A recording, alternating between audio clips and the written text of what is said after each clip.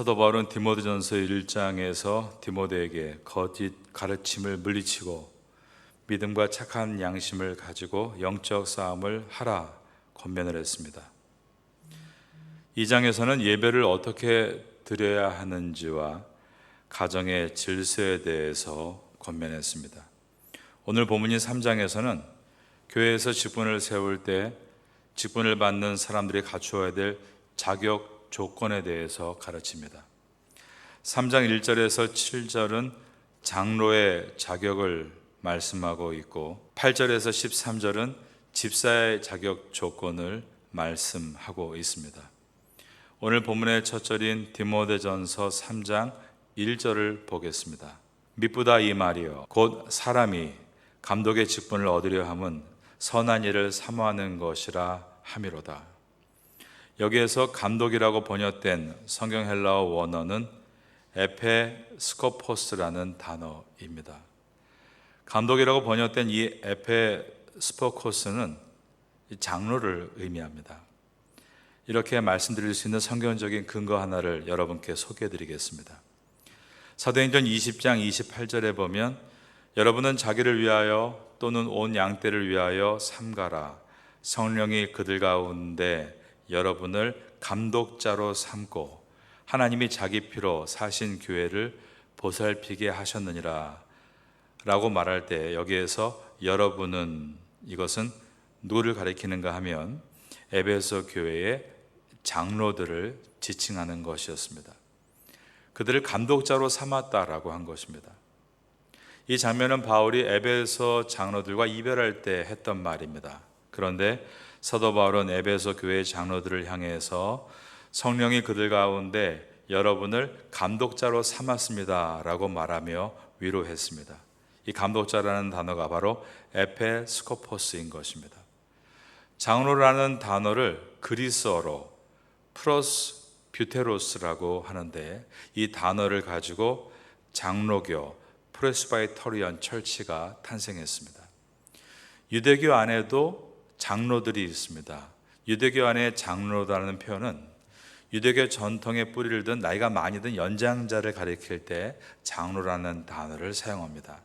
이때의 장로는 연장자라는 의미로 영어로 elder라고 표현합니다. 그러므로 장로라는 명칭을 헬라적인 뿌리를 두고 있는 사람들이 사용할 때는 에페스코포스라는 단어를 사용했고, 즉 감독이라는 단어를 사용했고, 유대주의적 뿌리를 두고 있는 사람들이 사용할 때는 프로스뷰테로스라는 단어를 사용했는데 프레스바이터리언 이것은 엘더 연장자의 뜻에 가깝습니다. 감독이라고 번역된 성경 원어 에페스코포스는 그 당시 로마 도시에서 도시를 관할하는 관리들을 지칭할 때도 감독이다 에페스코포스를 사용했습니다.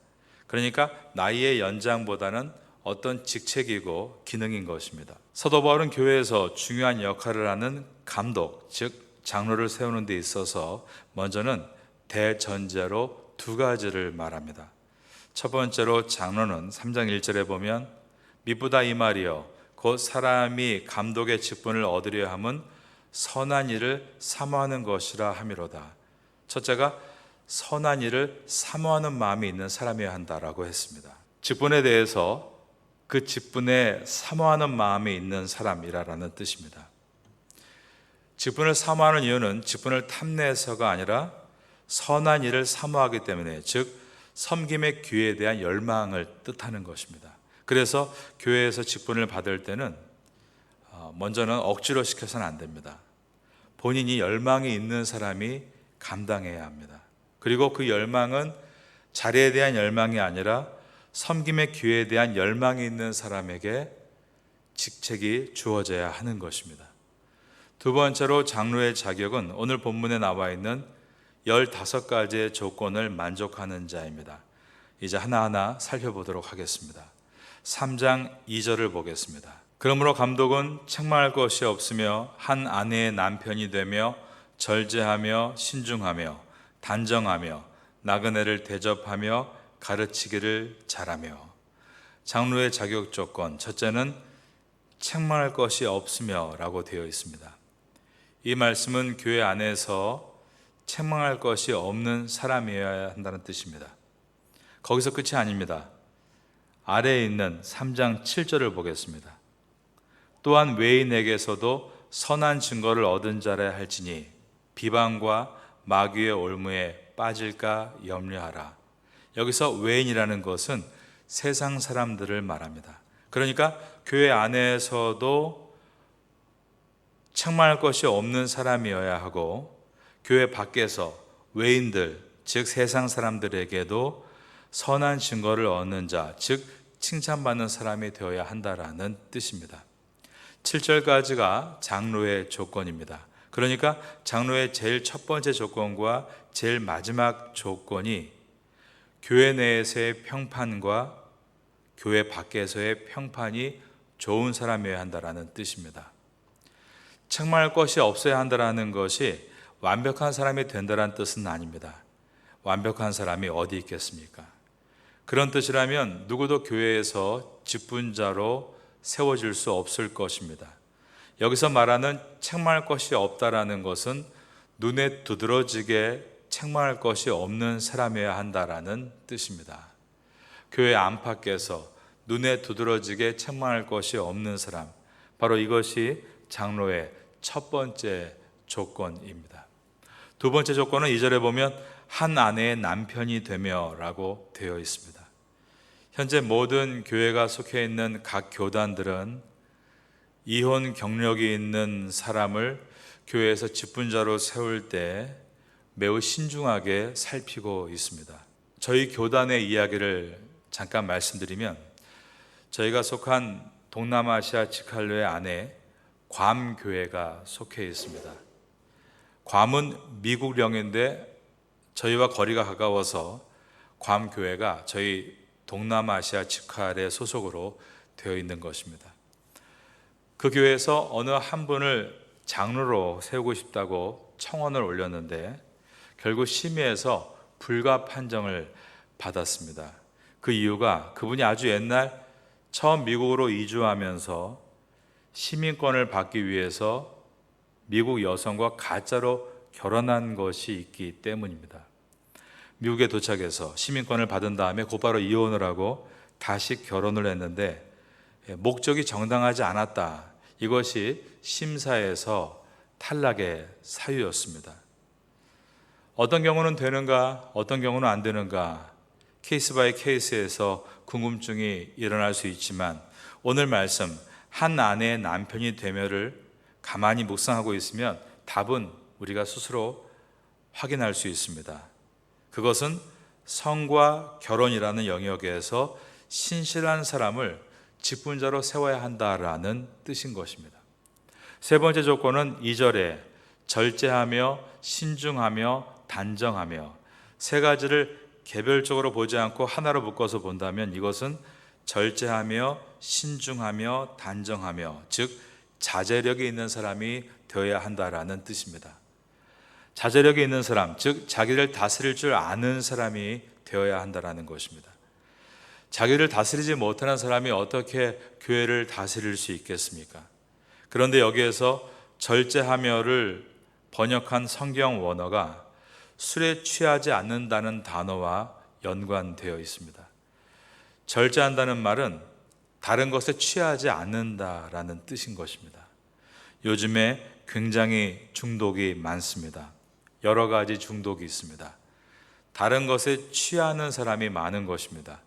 신중하며라는 말은 성경 원어로 보면 지각이 있고 훈련됐다라는 뜻입니다. 훈련된 사람이 감독이 되어야 합니다.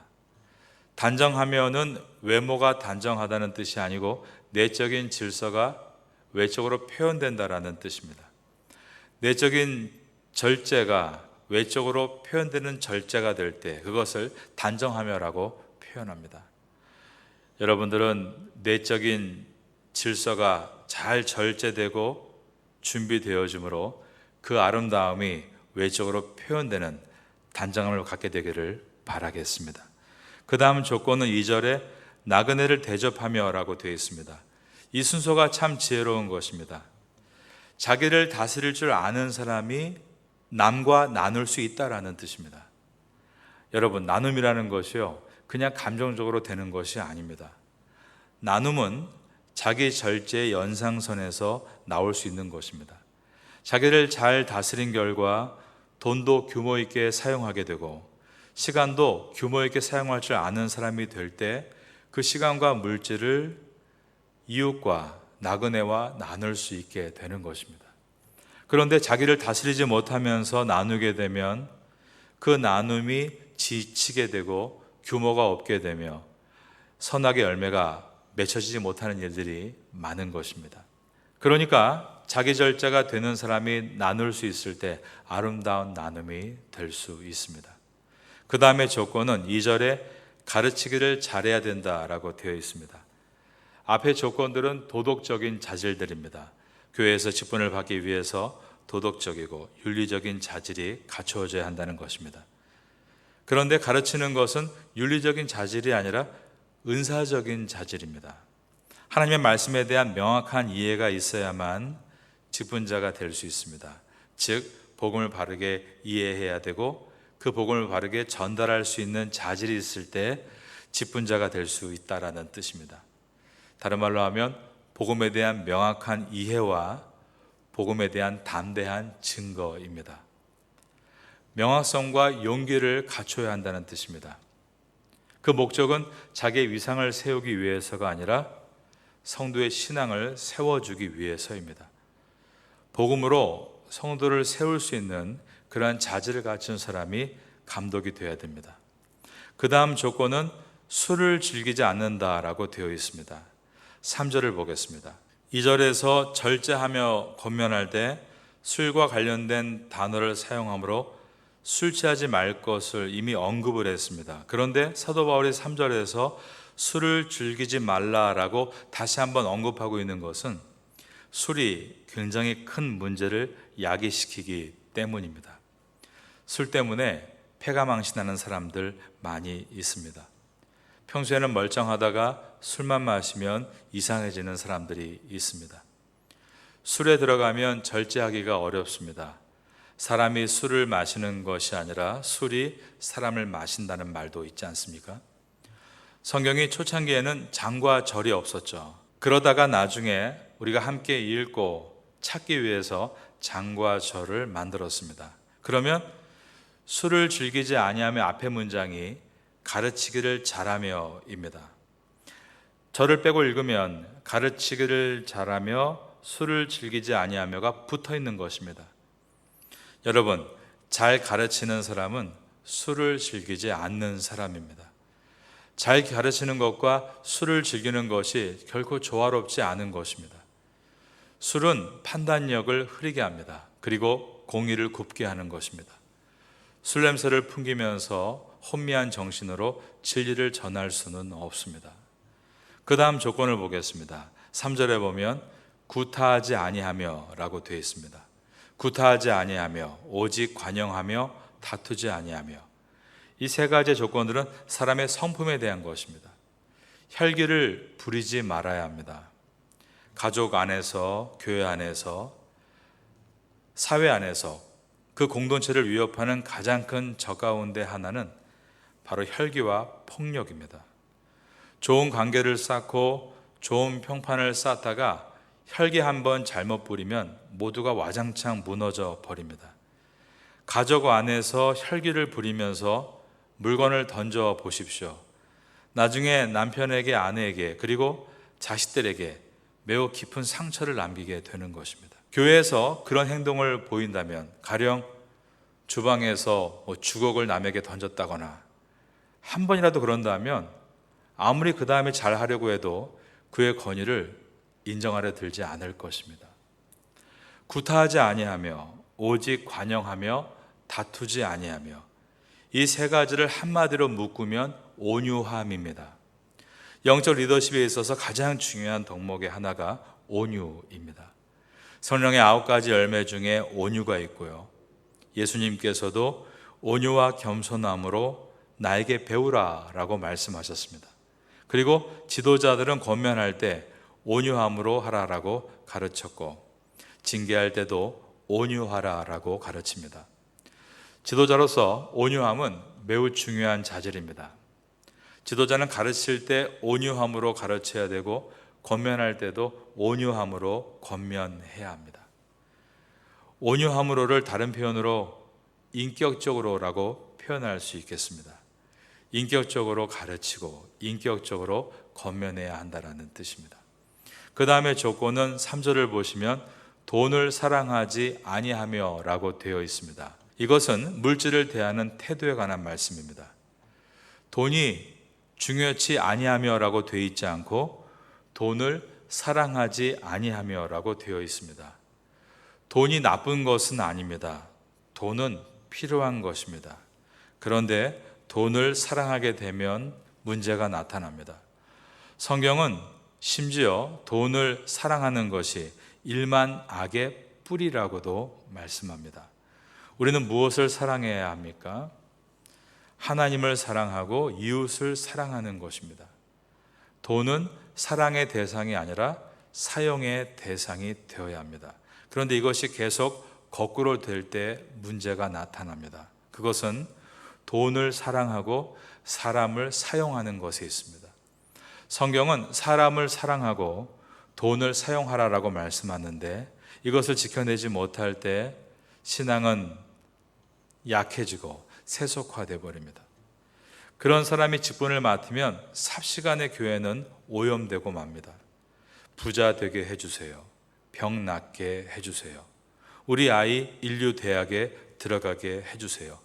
기도가 오염됩니다. 구역과 교구가 오염되고 교회 학교가 오염됩니다. 그래서 직분자 한 사람을 잘 세우는 것은 너무나 중요합니다. 물질을 구하는 목적이 하나님과 이웃을 섬기기 위해서이고 그것을 실천한 결과 꼭 눈에 보이는 부가 아니라 그의 삶이 그리고 그의 가정이 얼마나 풍성하고 복된 삶을 사는가를 보여줄 수 있는 사람이 직분을 맡게 되면 그 공동체는 마치 은혜의 바람이 부는 것처럼 부흥되는 것입니다. 여러분 모두는 그런 바른 직분자들이 되시기를 예수님의 이름으로 축원합니다. 그 다음 직분자의 조건은 가정생활에 대한 것입니다. 4절과 5절을 보겠습니다. 자기 집을 잘 다스려 자녀들로 모든 공손함으로 복종하게 하는 자라야 할지며 사람이 자기 집을 다스릴 줄 알지 못하면 어찌 하나님의 교회를 돌보리요. 가정을 잘 다스리는 일은 참으로 어려운 일입니다. 엘리 제사장도 자식 때문에 어려움을 겪고 말로가 비극적으로 끝났습니다. 그런데 사무엘도 자식 농사를 썩 잘 지은 편은 못됐습니다. 부모가 열심히 기도하고 공을 들여도 자식들이 뜻대로 안 된다는 것을 우리가 보게 되는 것입니다.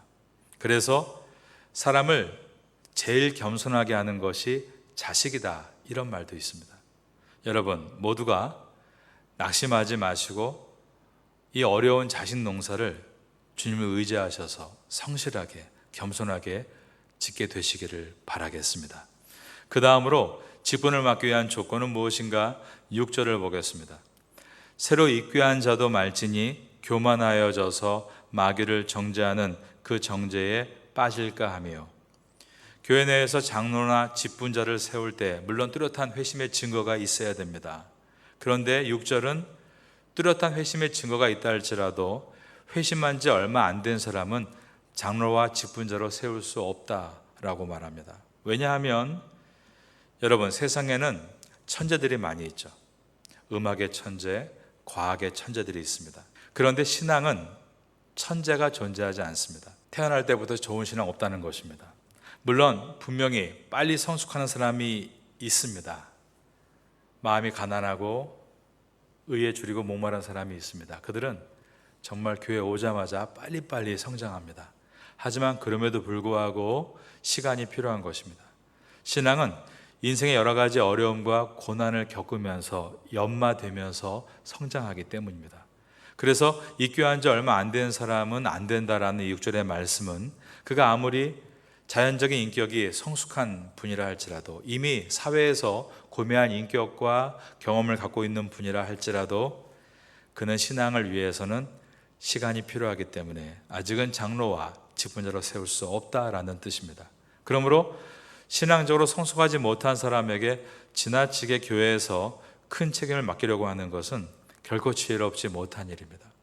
만약에 신앙적으로 성숙하지 못한 자에게 직분이 주어지게 되면 직분의 기능적인 측면을 보지 않고 직분의 위상만을 보게 되고, 그렇게 되면 필연 교만해지게 되고 직분 때문에 오히려 순수함을 상실하고 신앙도 잘하지 않는 악한 결과를 얻게 되는 것입니다. 받은 직분을 가지고 말꾼이 되어가고 사람들을 정죄하는 것, 타인을 향해서 사탄이라 말하는 것, 바로 이것이 오늘 본문의 이야기입니다. 우리는 말꾼이 되는 것이 아니라 일꾼이 되는 것을 사모해야 하는 줄로 믿습니다. 3장 8절을 보겠습니다. 이와 같이 집사들도 정중하고 일구이언을 하지 아니하고 술에 임박히지 아니하고 더러운 일을 탐하지 아니하고. 여기에 나와 있는 집사라는 단어는 헬라어로 디아코노스라는 단어를 번역한 것입니다. 디아코노스는 섬기는 것과 밀접한 관계가 있는 단어입니다. 그리스 로마 사회에서 디아코노스는 특별히 식당에서 서빙하는 종들을 가리킬 때 디아코노스라는 단어를 사용했습니다. 오늘날 식당에서 일하고 있는 웨이터 또는 웨이트리스를 디아코노스다라고 말할 수 있는 것입니다.